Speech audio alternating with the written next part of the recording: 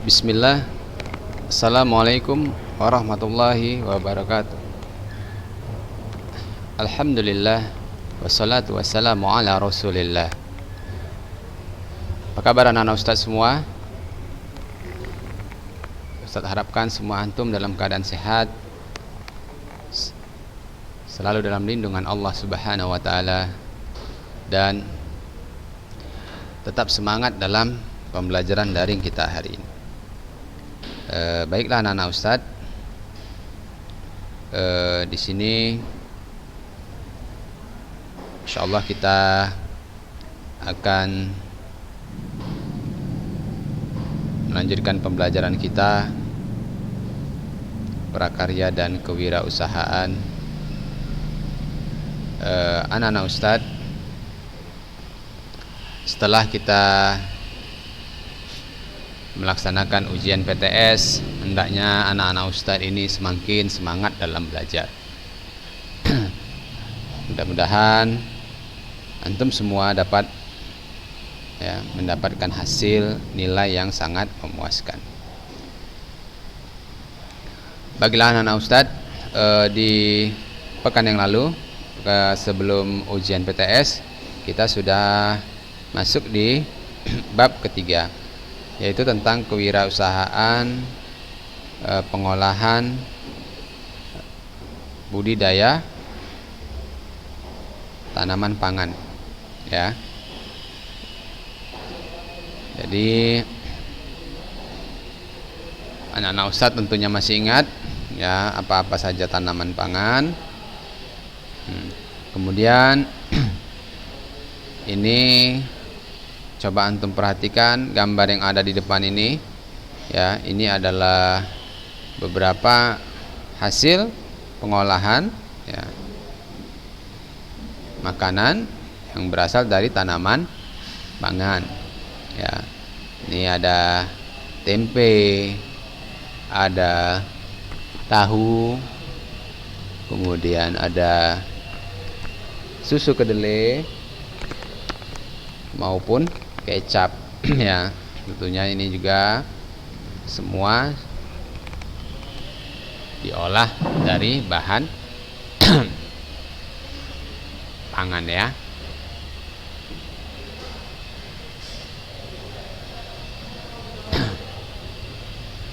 Jadi pangan hasil olahan dari budidaya tanaman harus bermutu baik anak-anak Ustadz dan memenuhi syarat keamanan pangan, mulai dari proses budidayanya, pasca panennya, dan pengolahannya juga. Persyaratan dasar yang harus dipenuhi, ya, meliputi dari good horticultural practice, ya. Kemudian good performing practice untuk budidaya, good handling practice untuk penanganan pasca panen, good manufacturing practice untuk pengolahan. Ya, jadi ini ya anak-anak Ustadz, kita harus tahu dan pengolahannya juga dengan baik, ya. Jadi ini ada good agricultural practice adalah good performing, adalah suatu pedoman untuk menjelaskan cara budidaya tumbuh ternak yang baik agar menghasilkan pangan bermutu, aman, dan layak dikonsumsi. Sementara good handling practice adalah suatu pedoman untuk menjelaskan cara penanganan pasca panen hasil pertanian yang baik agar menghasilkan pangan bermutu, aman, dan layak dikonsumsi. Setelah itu adalah good manufacturing practice, adalah suatu pedoman yang menjelaskan cara pengolahan hasil pertanian yang baik agar menghasilkan pangan bermutu, aman, dan layak untuk dikonsumsi. Nah, ini kita akan mengulang sedikit ya anak-anak Ustadz. Wirausaha, nah, masih ingat antum di daring kita yang pertama, ya, ada wirausaha adalah berasal dari kata wira dan usaha, yang artinya wira adalah pejuang, gagah, berani, ya. Kemudian usaha adalah suatu orang yang pandai atau berbakat mengenai produk, cara produksi, kemudian menyusun kegiatan, ya, mengadakan produk baru, mengatur permodalan serta memasarkannya. Ya, pelaku wirausaha disebut dengan wirausahawan atau entrepreneur. Nah, ini anak-anak Ustadz tentunya antum mesti ingat. Ya.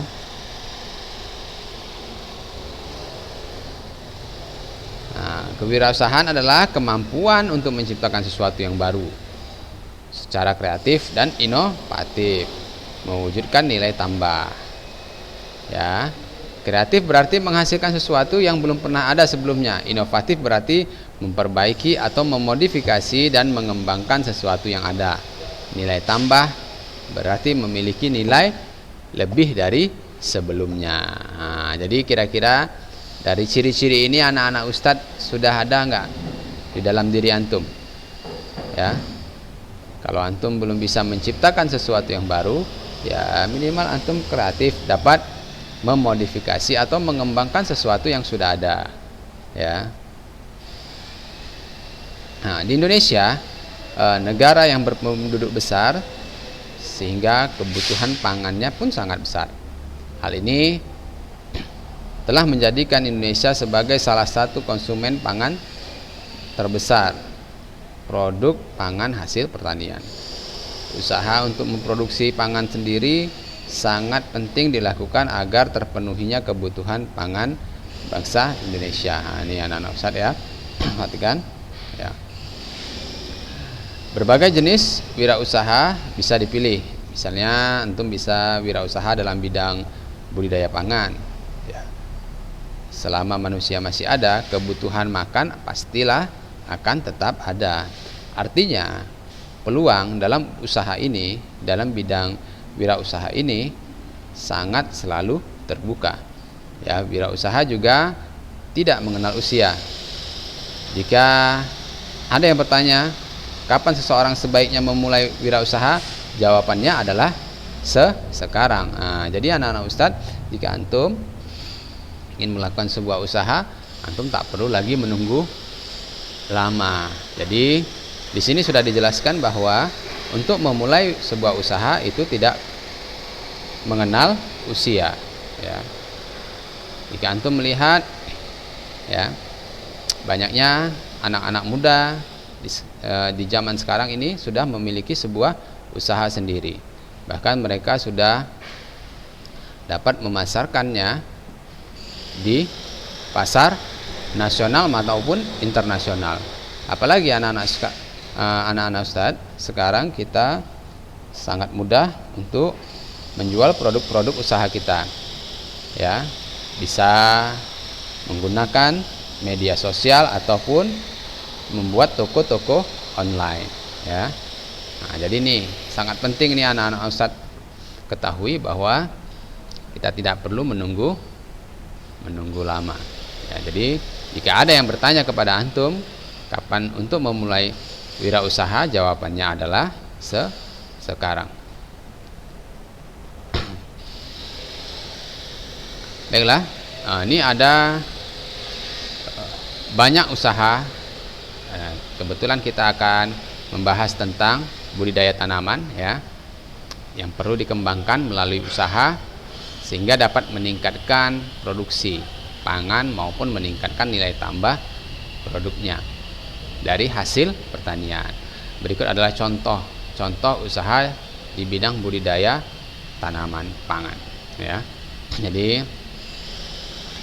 memang kalau kita perhatikan ini butuh lahan yang luas ya anak-anak Ustadz, tapi tidak masalah, ini sebagai pembelajaran kita.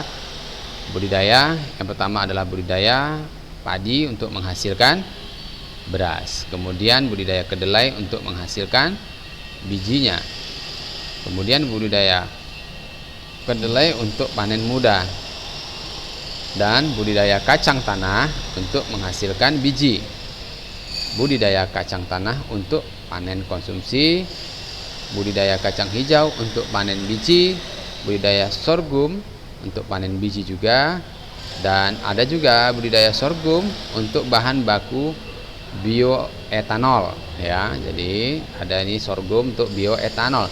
Budidaya sorghum untuk dijadikan ikut pakan hijauan, budidaya jagung untuk menghasilkan biji. Nah, ini anak-anak Ustaz ya.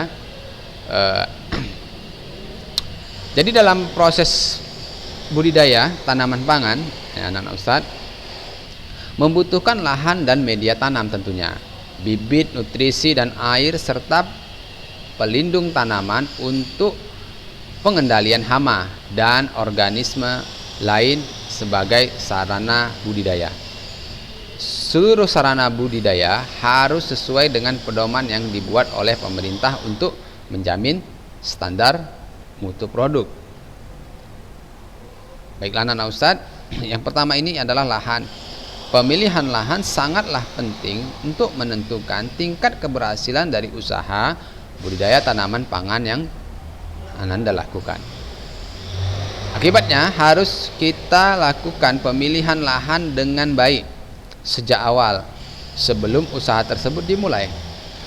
Nah, pemilihan lahan meliputi hal-hal berikut. Yang pertama adalah pemilihan lokasi, anak-anak Ustadz. Ya, antum perhatikan pemilihan lokasi. Di sini ada ketentuan-ketentuannya.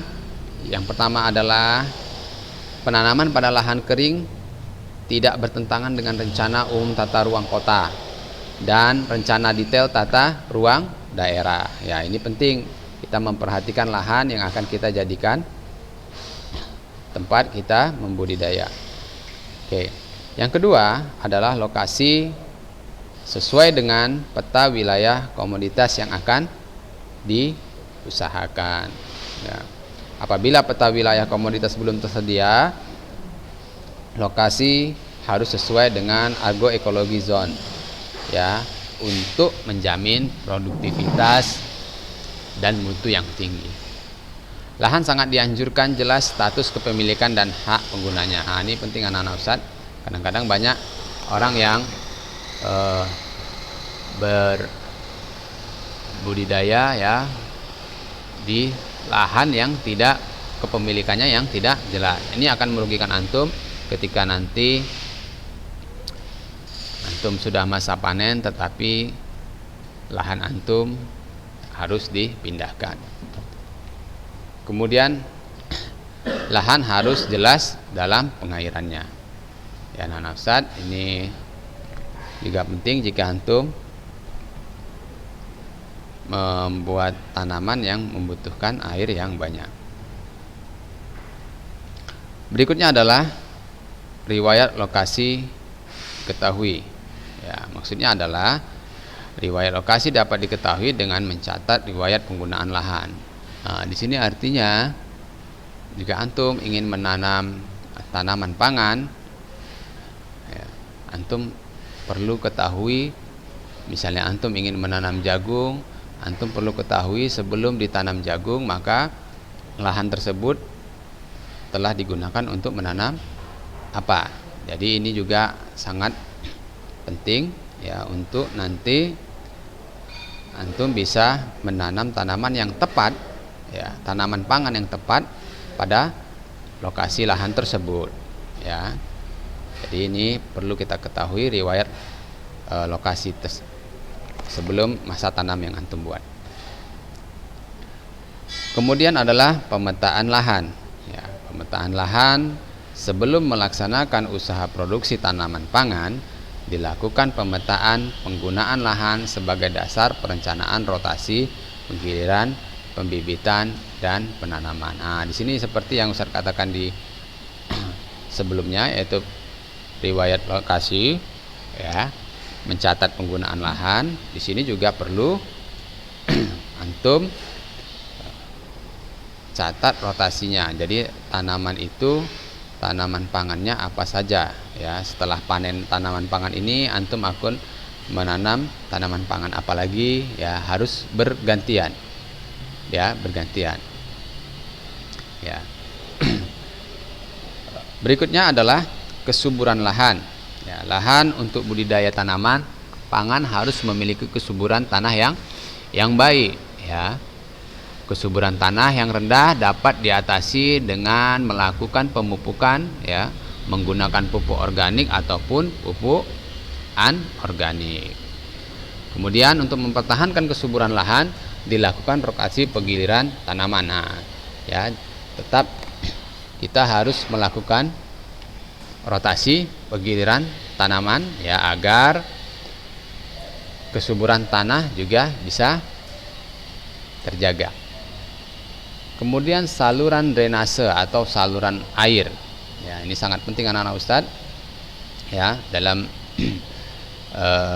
kita membudidaya tanaman pangan sangat penting saluran air atau drainase. Saluran drainase dibuat, ukurannya akan disesuaikan dengan kondisi lahan yang komoditas yang akan diusahakan. Berikutnya adalah konservasi lahan. Lahan untuk budidaya tanaman pangan yaitu lahan datar sampai dengan lahan kemiringan kurang dari 30 derajat yang diikuti dengan upaya tindakan konservasi. Untuk kemiringan lahan 30% wajib dilakukan tindakan konservasi. Nah, jadi perhatikan anak-anak Ustadz, jika untuk kemiringan lahan ya lebih dari 30% ya perlu dilakukan tindakan konservasi. Pengolahan lahan dilakukan dengan tepat untuk mencegah terjadinya erosi tanah, pemadatan tanah, kerusakan struktur dan drainasi tanah serta hilangnya sumber hara pada tanah. Ya. Nah, ini anak-anak Ustadz, tentunya dari proses produksi budidaya tanaman pangan ini ya, terutama untuk dalam pemilihan lahan ya, anak-anak Ustadz sudah banyak yang harus diperhatikan ya,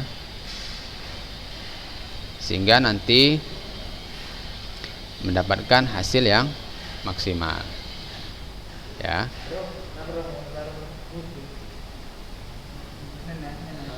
Jadi anak-anak Ustadz, yang pertama tadi adalah dalam lahan pemilihan lokasi, kemudian riwayat lokasi yang diketahui ya, penggunaan lahan sebelumnya, kemudian pemetaan lahan ya, perencanaan rotasi penggiliran pembibitan, kemudian kesuburan lahannya, saluran airnya atau drainase, konservasi lahan.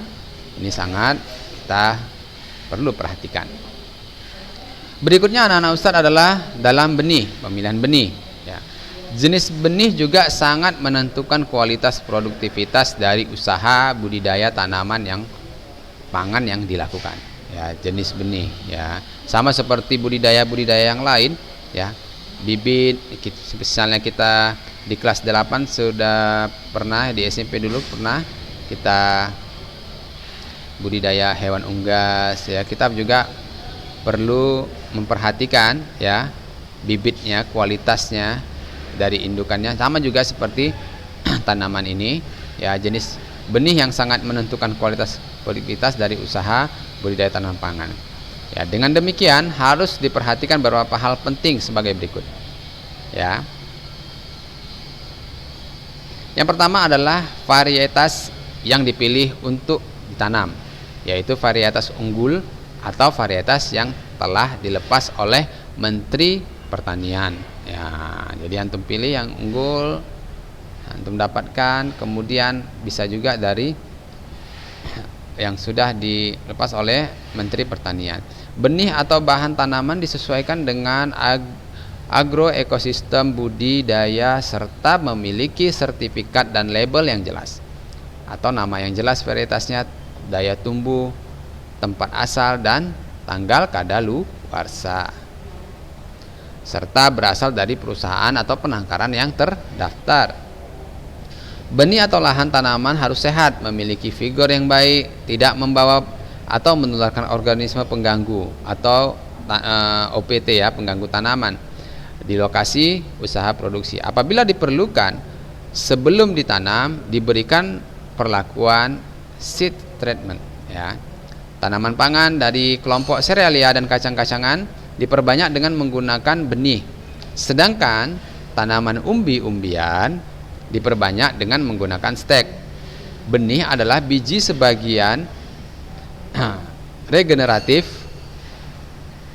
tanaman yang digunakan sebagai tanaman perbanyakan tanaman. Benih yang digunakan harus bermutu baik yang meliputi mutu fisik, fisiologis maupun mutu genetik. Sebaiknya benih yang ditanam diketahui nama varietasnya. Ya. Ini adalah contoh tanaman pangan. Ya, ini benihnya, ini benih padi, ini benih kedelai. Ya.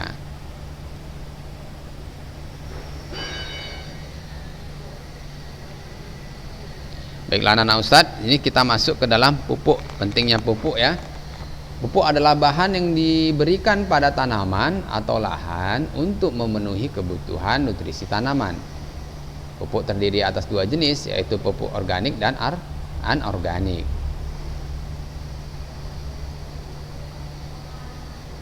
Pupuk organik adalah pupuk yang berasal dari sisa-sisa makhluk hidup, seperti kompos atau pupuk kandang. Saat ini sudah tersedia berbagai pupuk organik yang siap pakai.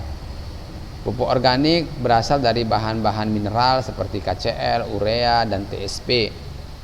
Pupuk dapat digolongkan ke dalam 3 jenis pupuk, ya, yaitu pupuk anorganik, pupuk organik, dan pembenah tanah. Ya. Jadi organik yaitu jenis pupuk yang terdaftar direkomendasikan oleh pemerintah. Nah, jadi jenis pupuknya juga nih jangan sembarangan anak Ustadz yang sudah direkomendasi oleh pemerintah. Pupuk organik yaitu pupuk yang sebagian besar atau seluruhnya terdiri dari bahan organik atau dari tanaman atau hewan yang telah melalui proses rekayasa yang berbentuk padat ataupun cair, yang dapat digunakan menyuplai bahan organik, memperbaiki sifat fisik, kimia, dan biologi tanah. Pembenah tanah yaitu bahan-bahan sintetis atau alami, organik atau mineral, berbentuk padat ataupun cair, yang mampu memperbaiki sifat fisik, kimia, dan biologi tanah. Jadi penting ya anak-anak Ustadz, tanah juga perlu diberikan pupuk agar dapat ya menghasilkan ya, atau menyuplai bahan-bahan organik. Oke. Kemudian pemupukan diusahakan memberikan manfaat yang sebesar-besarnya dengan dampak yang sekecil-kecilnya serta memenuhi 5 tepat. Yang pertama adalah tepat jenis, yaitu jenis pupuk yang mengandung unsur hara makro atau mikro sesuai dengan kebutuhan tanaman dengan memperhatikan kondisi kesuburan tanah. Kemudian yang kedua adalah tepat mutu, yaitu menggunakan pupuk yang bermutu baik sesuai standar yang ditetapkan. Ketiga adalah tepat waktu, yaitu diaplikasikan sesuai kebutuhan ya, sedia tumbuhan, tanaman, serta kondisi lapangan yang tepat. Tepat dosis, yaitu jumlah yang diberikan sesuai dengan anjuran rekomendasi spesifik lokasi. Ya, ini penting ya anak-anak Ustadz. Jangan terlalu banyak memberikan pupuk dengan tujuan cepat besar, cepat panen, akhirnya malah ya tidak baik karena tidak tepat dosis. Tepat cara aplikasi yaitu sesuai dengan jenis pupuk tanaman dan kondisi lapangan. Nah, ini anak-anak Ustadz perhatikan, ini adalah satu contoh pupuk organik cair ya. Sekarang banyak sekali orang yang bisa membuat pupuk sendiri ya. Tetapi yang disarankan dari materi pembelajaran ini adalah jenis pupuk yang sudah dapat terdaftar ya atau direkomendasikan oleh pemerintah ya. Ini dia.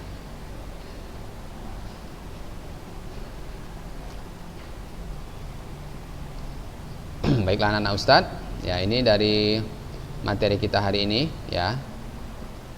Ustadz, pertama kita proses produksi budidaya tanaman pangan. Ingat ada lahan, tadi lahan juga ada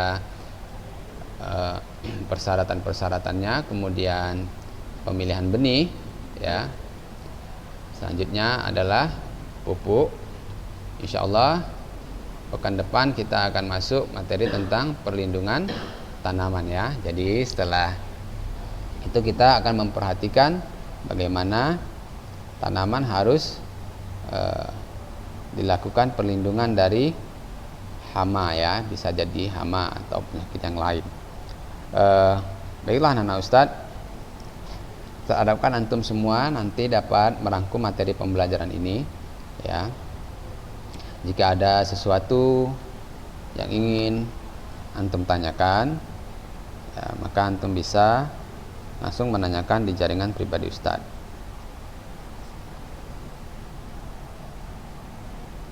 Baiklah, saya cukupkan pembelajaran kita hari ini. Mudah-mudahan apa yang saya sampaikan dapat menjadi ilmu yang bermanfaat dan menambah wawasan antum. Kita tutup dengan subhanakallahumma wa bihamdik asyhadu an la ilaha illa anta astaghfiruka wa atubu ilaik. Assalamualaikum warahmatullahi wabarakatuh.